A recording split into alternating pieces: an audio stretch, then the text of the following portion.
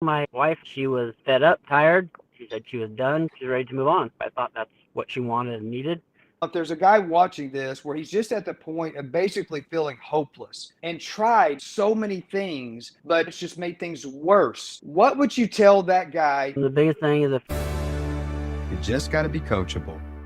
Men, the admission for today's video is only one thing. Press that like button, but more importantly for you, if you're trying to save your marriage and you want to know how to do it, press the subscribe button and change the settings to all. I don't want you to miss one single video that could actually help you save your marriage. For anybody that's watching this video, if you don't already know who I am, my name is Denver Griffin, and I run a program called DivorceStoppers that helps men with a lot to lose in their legacy and in their finances, and sometimes even in their health, restore and rebuild their marriage, even if their wife has no interest in coming into the program, because it is a program that we run for men only. The goal is to change the wife, but we start the process of changing the wife to lead her into the life she's supposed to have by teaching the man how to lead the family the right way. Today, I'm with Casey, and Casey is going to share his experience as he walked through the different steps inside the DivorceStoppers program, starting with his own personal life, the paradigm shift that he had with the mind shift change, where he was at in his marriage, where he was at in his life, where he was at in his mind, and as he was taking the steps to transfer in leadership. And one of your favorite sayings is amor fati, whenever the wife actually acts like a woman and walks in the feminine, and giving her the space to do that and responding in a way that makes her feel safe, seen, heard, and valued in the masculine. I appreciate you coming on. Let's just start. Where were you when you booked a call with DivorceStoppers, and what had you tried prior to that gave you some success or not, and maybe what was it about that was or wasn't working? well, my wife and I had been together 16 years. Yeah. She was fed up, tired. She said she was done. She was tired of working on it, and she was ready to move on. About 1 year before I got in the program, we basically decided to work on it, try it again. I did all the wrong things. I thought they were the right things. What were the wrong things? I started being really controlling, overbearing, spending way too much time with her, basically having my nose up her ass. Yeah. I thought she said she needed, wanted me around more. Well, I was around more, but I was all over, pushy, controlling. Yeah, just at that point in time in my life, I thought that's what she wanted and needed.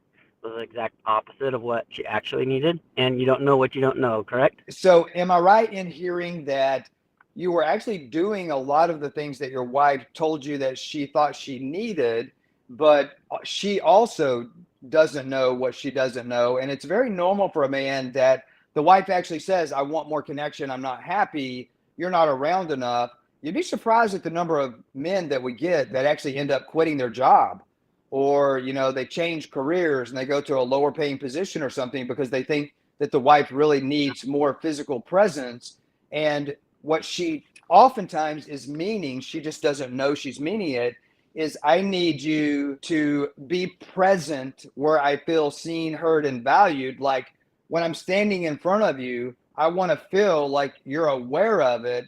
And she maybe doesn't even understand that's what she's saying. And so it'll manifest in her words where she'll come out and say, you're not around enough. And then we have these men that they're in these other programs, and then they take a much lower paying job. They stop being self-employed, and then it just makes it worse. And it sounds like that's kind of a little bit like what you listened to her words, but you couldn't truly see what she was saying because she didn't know how to put that in her vocabulary, which is very normal. Yeah. I mean, I would go to the ranch, work hard, go to my other job, work hard. I'd come home. I would just want to relax, sit on the couch and do nothing. She would say things that I just blew off. Hey, could you do this? Could you do that? I might do it a week later if I did it at all. Now I understand how those little things are very, very important to our relationship and to her. Yeah, it's not about the things. It's about making her feel like, do you see me? Do you value me? Do you hear me? It's not necessarily about the thing. It's about the person. And understanding that is how you build intimacy. Regarding your relationship, where were you in the relationship, in the marriage? You've been married for nearly 20 years. What was in your personal life and in your marriage, where would you say you are the day that you joined the DivorceStoppers program? Very lazy, mundane, and almost just given up. She was fed up. She was fed up, tired, and done. She'd been done. Now she had told me 8 years ago she'd had a heart attack. Wow. She was done then.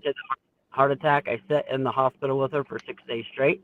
Left twice just to go shower and come back. She's like, oh, well, Yeah. maybe he really does care. So she stuck it out with me for another 7 years, and was like, this isn't working. I've had enough. I'm, over it. So then kind of had a falling out. Decided after a few months to work on it again. And that worked for about 6 months. And then we went back to basically how we'd been the whole time until I got into this program. When you guys were working on it, describe what that looked like. You hear me say all the time, even on YouTube, working on the marriage is exactly what won't work. What did that look like? And what was it about working on it that wasn't working? So I'd say the first 3 months we decided to work on it actually went really well. She had a list of projects she wanted done. We redid the garage, worked on some stuff in the backyard, did a few home improvement projects. So the first 3 months went really well because that's what we were working on and talking about. As soon as we got those done, then we went back to working on the relationship, talking about all our issues all the time, doing that sort of thing. Went south, downhill. We both had contempt for each other and just a lot of bitterness once we started trying to work on it. Yeah, because it sounds like you guys pivoted. Actually, you stopped working on the marriage and you guys found these common goals and common interests that you could work towards. The Bible actually says, get a vision, make it plain, write it down, and run to it. It sounds like you guys got some visions of some things that together you wanted to accomplish in your life as a team. You wrote down those and agreed to it, and then you guys ran to those. But once you reach those destinations of achieving a common goal, unless you keep setting those goals, then instead of looking forward towards something that you both want, what will happen is you start looking at each other. And when you start looking at each other instead of forward together, that's not good. Especially if you don't understand how to look at each other and build intimacy in a new way of communicating with each other so that you can actually move closer into soulmate status. And it's not normal for anybody to know how to do that. And if you don't know how to do it, it's never a good thing when you start looking at each other. If you know how to do it, it's freaking amazing. World-class sex, because it's not about the sex, it's about the connection and the bond and the beauty of the relationship. And that's just doing what naturally happens. So you guys had some common points. You did that. You didn't really understand the communication. She didn't understand it. You didn't understand it. And you didn't know how to build intimacy when you guys started looking at each other. So you did what's normal. You did what's natural, is you aligned your actions with your feelings. And you said, well, there's some issues in the marriage. We must work on those, just like we worked on the flower bed. In the flower bed, that can work, but working on the relationship, it doesn't.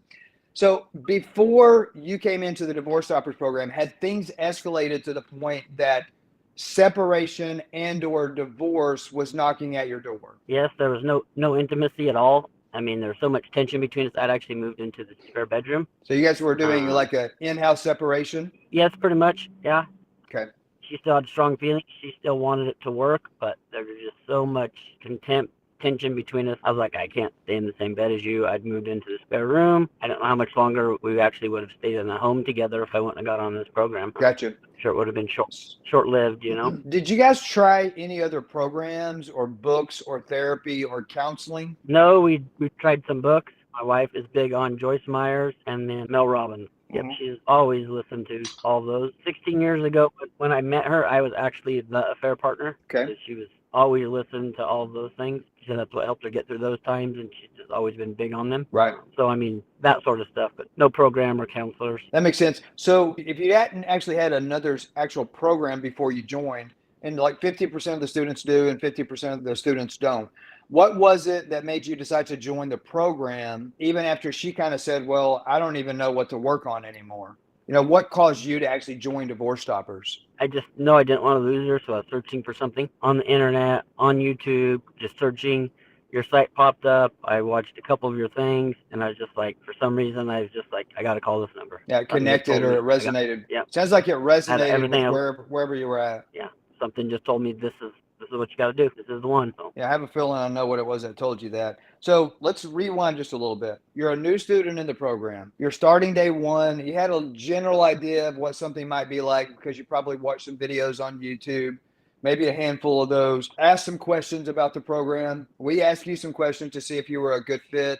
Very good decision on our part, and I hope you would say that the same was true on your end. As you're a new student in the program, you kind of had an idea that this is a little bit a different spin on things, a different approach on the restoration process. As a new student, what surprised you the most about the program when you started it? I mean, you learn a lot about yourself, right? So I guess the biggest thing is that surprised me is you didn't say, go work on this, work on yourself. You know, the texting rules, this, that, it's all centered on working on you, not working on your wife or a relationship. It's what you can control. Yeah.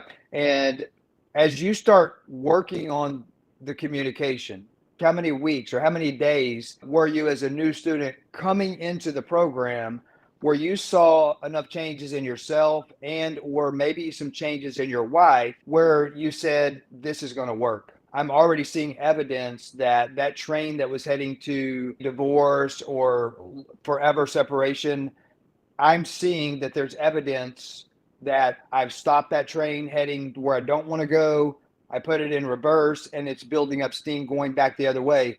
When did you see that happen? Looking back, I can see it was probably 2 or 3 days. At that point in time, it was probably 10 days to 2 weeks before I personally realized it. Yeah. Before it clicked in me that, hey, this is happening. Now you got to listen to 1.3, 1.4 for the 100th time.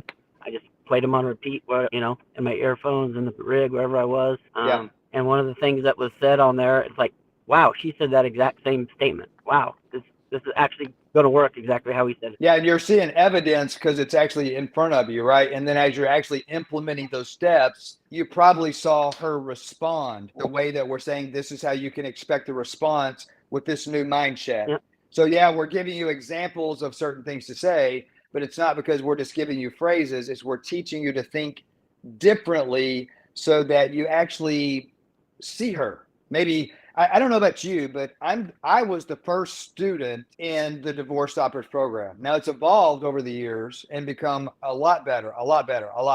But I know for me, I turned the train around in 7 days, doing step 1.1 and 1.2, the way that I did it.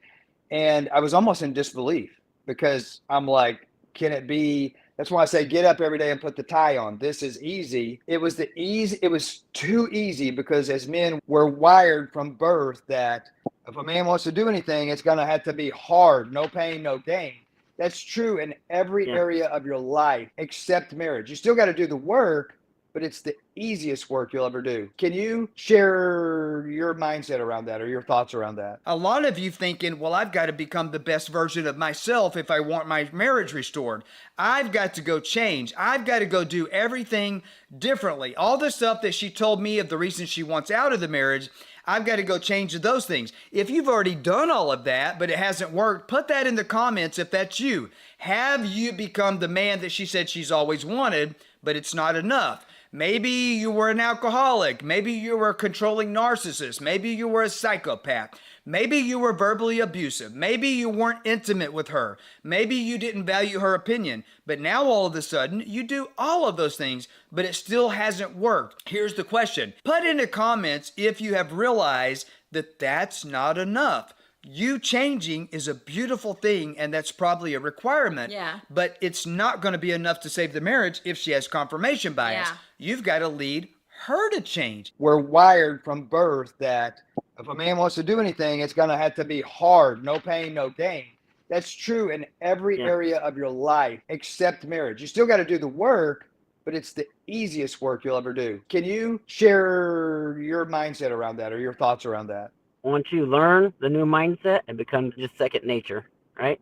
You're not working at it. It's just part of you. Now when my wife texts me or calls me, like you said, I don't think about a response. It's just, oh, yeah, thank you. I appreciate you. Bring me lunch. That was so nice. Whatever. It's just second nature. Every time I send that text, I can just see her face light up. I've actually texted her sitting in the same room with her parents and, hey, thank you. I appreciate you telling your mom that for me. And as soon as she reads it, she just gets a huge smile on her face. Yeah. Now I know how she's going to look every time I send that. And that's just pure joy to me knowing I make her that happy. Man, isn't that the best feeling in the world to make the person that you love the most and to know that just your words makes them feel good? Like, how does that feel? I mean, it's what I've always wanted to do for her. I just didn't know how to do it. Mm-hmm. And now that I do, I just feel whole, just feel happy, right? That's what it's about. I would challenge anyone that is in our program, if you get the chance, to send a text to your wife while you are sitting in the same room with her and just watch her face when she reads it. That's all the proof you'll need. Yeah, 100%. And that proof can go two ways. If you don't have the right mindset, you might not like the way her face looks because you don't know how to communicate. And if you don't know how to communicate, you don't know what you don't know. And until somebody teaches you how to think differently, the Bible says to be transformed by the renewing of your mind. If that was just common sense, it's not hard. But if you don't find somebody to help you that has had that transformation in their mind before you, to give you practical steps on how to be transformed by the renewing of your mind, how to align your actions, your communication with your goals. So the old version of you that remembers how gut-wrenching it was to look at your wife and know that she's hurting and know that your words have caused the pain, and just literally not knowing what to do to fix it, which how do you fix it? You fix it with words. You fix it with your heart. You fix it with your eyes. And as much as you want to do that, if you haven't been taught how to do that, you're never going to do it. In my first marriage, it was 20-something years. And I can honestly tell you that I'm actually ashamed to admit that I probably never made that wife feel heard, valued, or seen, because I literally did not know how to do it. I didn't. And I thought in my next marriage that's also facing divorce, which is why second and third marriages, like 30% chance second, 10% chance the third. And that's if you don't have kids. If you have kids together and it's blended, those statistical numbers are lower. Well, why? Because in a first marriage with biological children, there were maybe in the second marriage, there's more baggage. And a second relationship is so much harder to navigate than a first relationship, especially if you didn't know how to do it in the first relationship. And now you're trying to figure out how to have a successful relationship in the second one, but you've added a big yellow station wagon with brown paneling on the side full of baggage to it. Like, how do you navigate that if you didn't know how to do it the first time? This is why in my YouTube videos, you might have heard me say this if you've watched it, enough of them, where I was delusional thinking that this magical unicorn was going to cross the road and I was going to hit it. It was going to absorb in my car. And all of a sudden I was going to know how to do this. And I never did. And ultimately a marriage ended in a divorce. And it almost happened twice.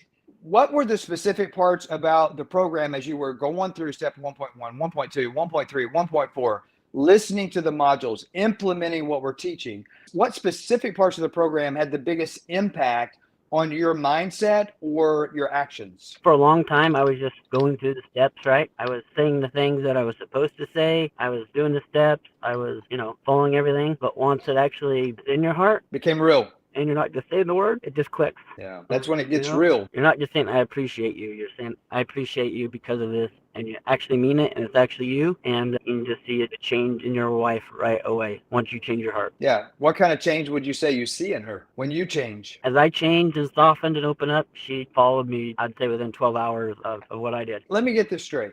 Yep. Are you actually telling us that one person can single-handedly change themselves and change the mindset of another person? Yeah, I was doubting that could happen, that I could do that, and there's proof. It's in front of me. I've seen it. Yeah, her actions, her thoughts, her emotions are a direct mirror of mine. There's no way I would have, even with hearing you say it and hoping that would happen, there's no way I would believe it unless I actually saw it like I did. And the reason for that, I'm guessing, is because it's not normal for anybody to actually do that.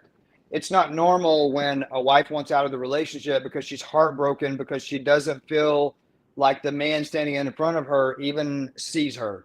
She oftentimes feels like she's invisible and you're looking through her, or she feels like you're her child and that you're her father, and she doesn't have the freedom to blossom into the woman that God has created and called her to be. And you're sitting there hurting, in pain, feeling bad about that. But it goes back to what you said.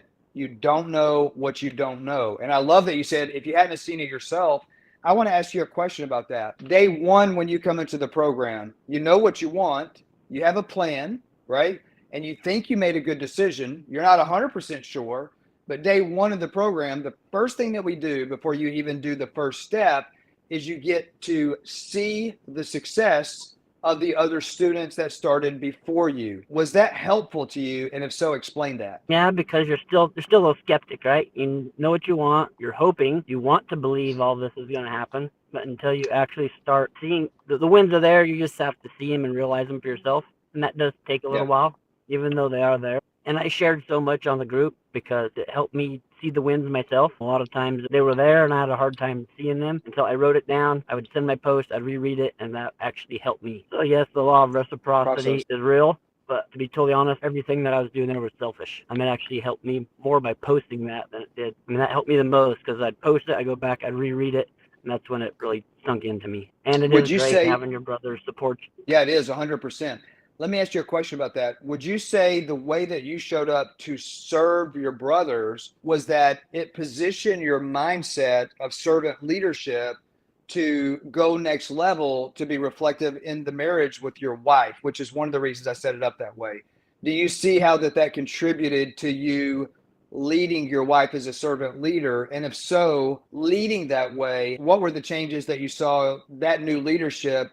What were the changes that you saw that it caused your wife to make as far as giving her the life that she should have? I mean, the more I make her seen, valued, and I serve her, the more she wants to serve me, do things for me, right? It's give and take. The more you give, the more they want to give back to you. Well, reciprocity, again, it's you get what you give, correct? In anything in this world. And so the more I serve her, the more she wants to serve me. And then we're not working on the marriage, just trying to make each other happy. So, Casey, I know I started implementing in my own marriage when it was in trouble. I started spending more time with her. I started doing the dishes. I started vacuuming the rugs and some of the stuff that I had really got lazy. And to be honest, I just quit doing completely. And not that I really did a lot of that to begin with, but I thought, well, if I do all these things, it's going to make her happy. For me, doing those things, it made it worse. Can you go out on a limb and speculate on why it made it worse? Because we're talking about serving her, but a lot of men listening to this, they're like, well, that's what I'm freaking doing. And it's not helping. Why do you think it's not helping if they're doing that? I mean, I think you and I both know, but I want to hear it in your words. Well, first of all, yes, you are doing those things, but you're doing them with the wrong attitude and the wrong heart. And then as you're doing them, you're like, hey, look at me, look what I'm doing. You're putting all the focus on yourself, what you're doing, instead of on her and what she needs. Yeah, you're doing it for selfish reasons. And I bet there's two guys listening to my words right now, and they're saying, but I'm not doing it for selfish reasons. Well, maybe you're not, but it's not just enough to serve. You've got to also level up in your communication in a way that makes her feel heard, valued, and seen. And so that you don't stay in resentment and confirmation bias yourself, you've got to position your leadership so that your wife actually can see you too and makes you feel like you're not invisible. Otherwise, you're going to resent her because she's not giving you reciprocity for doing the things that you're actually, maybe not intentionally, but you're doing them for selfish reasons. And you can't see yourself enough to see that, but she can see right through that. Right, Casey? Yep. So for anybody that's confused, I mean, go ahead. Women have that, sixth sense. They know what you're feeling, thinking, doing without you even saying it. They just know by just what God gave them, that extra sense. So if you're not doing it with the right heart, they know. Let me ask you a question, Casey. You keep bringing up the heart, just keeping it simple. As you went through steps 1.2, 1.3, 1.4, 1.4, 2, 3, 4, 5, 6, did your heart change as you're taking these steps? Did this program change your heart? Yes, I didn't probably realize it till probably the intimacy letter was the biggest one, but your heart's slowly changing it's going through the process as well. There's a Bible verse that says what's intended for your harm, God will use for your good. The intimacy letter that you're talking about, I teach how to practically manifest that scripture in your life. Doesn't matter what your religious beliefs are, it can work regardless of your faith. Do you understand what I mean, though, is like all the problems of the marriage that counseling will tell you, let's sit down and talk about those problems. Would you say any man right now that's done some really bad things in his marriage, regardless of what it is, we don't have to go into the details because there's a list of 1,000 things that we could name off, but some of those things have caused deep emotional scars. And yeah, we can talk about, well, you really need communication, but for that man out there that he knows he has scarred his wife's soul, like he's done something really bad and he doesn't even feel like he's worthy of having a relationship with the woman, can that man change and become the man that she deserves? And then all that shit where he fucked up, can we use that to actually make her feel connected and seen? Can we use the bad for good? I have another free resource that you can take advantage of right now. My video editor is putting the QR code and the website for this. It's called our free Marriage U-Turn Masterclass. You can register for that right now. Now listen, this week we only have a limited number of spots for my live free Marriage U-Turn Masterclass. What I want you to do right now is pause this video and scan the QR code that my video editor is putting on the website. If you're watching this on your cell phone, you can go to the comments section and click on the link, or simply type in the website that's on the screen, which is denvergriffin.com/masterclass. Right now, pause the video, go register for that, and then come back, and I'm going to give you a second free resource. And then all that shit where he fucked up, can we use that to actually make her feel connected and seen? Can we use the bad for good? Yes, that's one of the reasons this program's work, because we're admitting that stuff, and then we're saying we're going to put it behind us and become better. Yeah. We're not actually denying it. We're just saying, hey, I did this. I'm going to fix it. Let me show you. Yeah, 100%. We use that for the benefit of the marriage instead of the old way, the normal way that doesn't work. We're focusing on the problems instead of focusing on the life and the marriage that we want to move forward. We're teaching you how to stop looking backwards. Looking backwards literally sucks the life out of you. It sucks the life out of your wife, and it sucks the life out of your family and your legacy. It literally will change you. It'll make you resentful, bitter, and lazy. That's why it's looking forward. But do you think that anybody that thinks they've messed up so bad, they've hurt their wife so bad, do we have a good plan of action in the program to help them address that, to deal with it the right way? But do we also have it in a place in step number 8 that the timing of it is appropriately makes sense, in your opinion? I mean, yes, you can look at all the people who've gone, myself included, and all the people who've gone through your program. I said none of us would be in your program if we didn't have issues, done horrible things, right? Right. It's worked for all of us, and there's a reason it's there. And yeah, if that's what you want, you can truly fix anything if it's truly what you want. Did you notice a shift in how your wife responded to you, now that you've been through the program? Can you describe the differences in that? Before the program, everything was very short. Yeah, before and after. Yeah. Just very, very short, K, bye, 1, 2 word, most of the sentence. Just really put off, really didn't want anything to do with me. Now it's nothing, shit, 4 or 5 texts in a row, paragraph, everything is happy, upbeat. Yeah, it's better than it's ever been, honestly.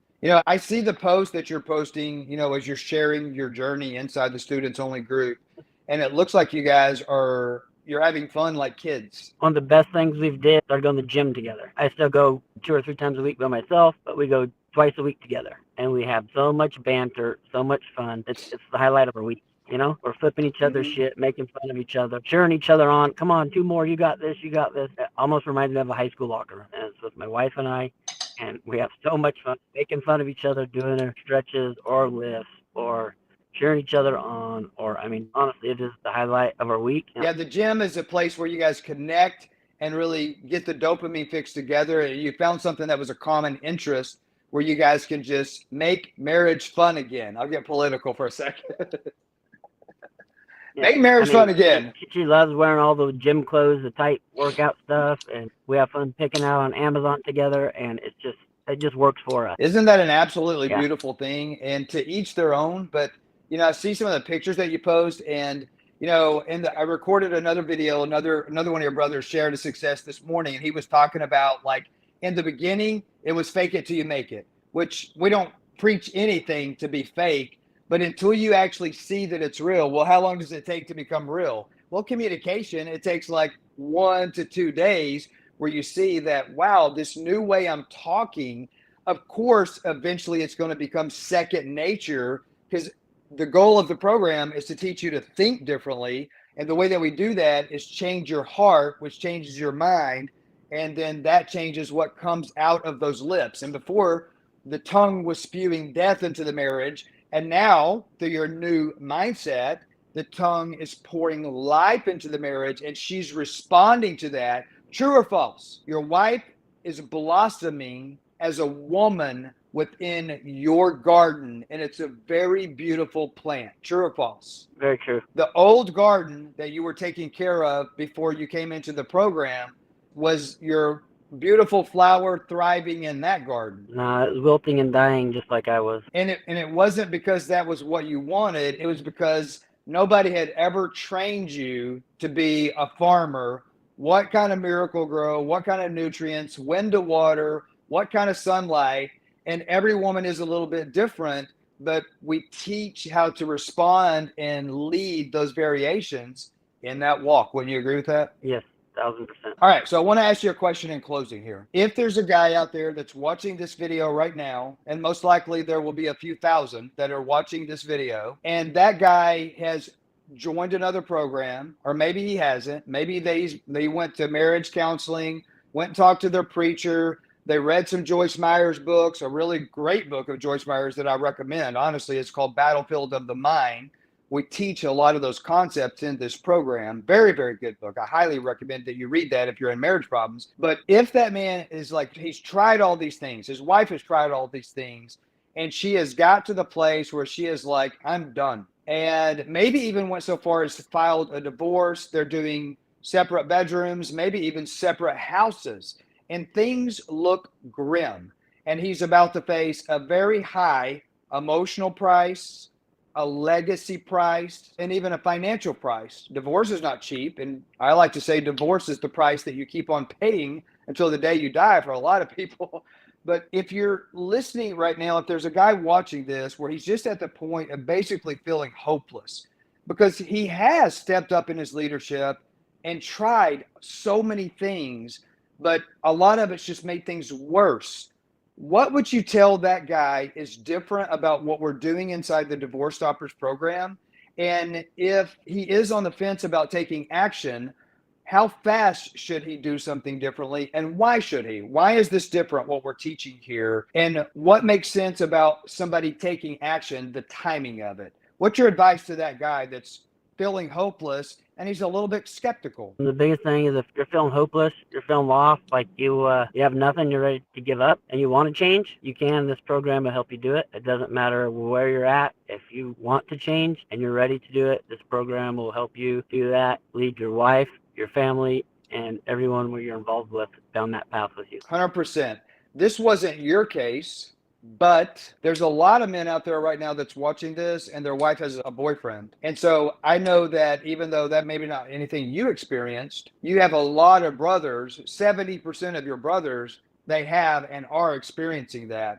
If that guy's watching this video and he thinks, there's no way I can deal with that, what would you tell that guy? Because you've seen what happens with other students in that situation. Like you said, you say it all the time, we'll take what is meant for your harm and turn it into your good. If you really want to change yourself, you really want your wife back, this program will get you where you need to be if you're willing to change yourself first. Doesn't matter where you're at. If it's meant to be, it's up to me. You can make it happen. Yeah, 100%. Casey, while you still have the floor, you got a couple thousand people watching you right here. Is there anything else that you want to share before we let you go, my friend? One of the things that's on some of the guys' minds that's watching this is if they're in another program and they've made a bunch of changes themselves, but she still wants a divorce because they haven't seen she's changed at all, should they register for the free Marriage U-Turn Masterclass and maybe even book a call? Is there a way that he can change her mind? Yes, you can absolutely change her mind, but you can't work on it. You have to work on yourself and let her follow you. What I'd like you to do right now is my video editor is putting the website and the QR code.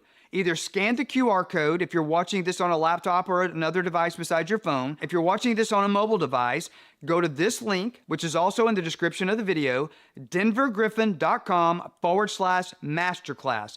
This week, I'm doing the free Marriage U-Turn Masterclass, which is going to help you start taking the initial steps of reversing those 4 things and understanding how do you actually dissolve confirmation bias. We have limited space available this week. Pause the video right now because I still have some more goodies here. Pause the video, register your seat for the free Marriage U-Turn Masterclass. If you go to register and it says there's no seats available, screenshot the QR code in the website and check back every few hours or every couple of days and a seat will eventually open up. And again, if you can relate to anything that I just discussed in this video and if you feel like I'm inside your head, guess what? The reason that you probably feel like I'm inside your head is because I literally was in these exact shoes, and I took my marriage when I was facing an unwanted divorce. I was living in Puerto Rico. I was physically separated from my wife.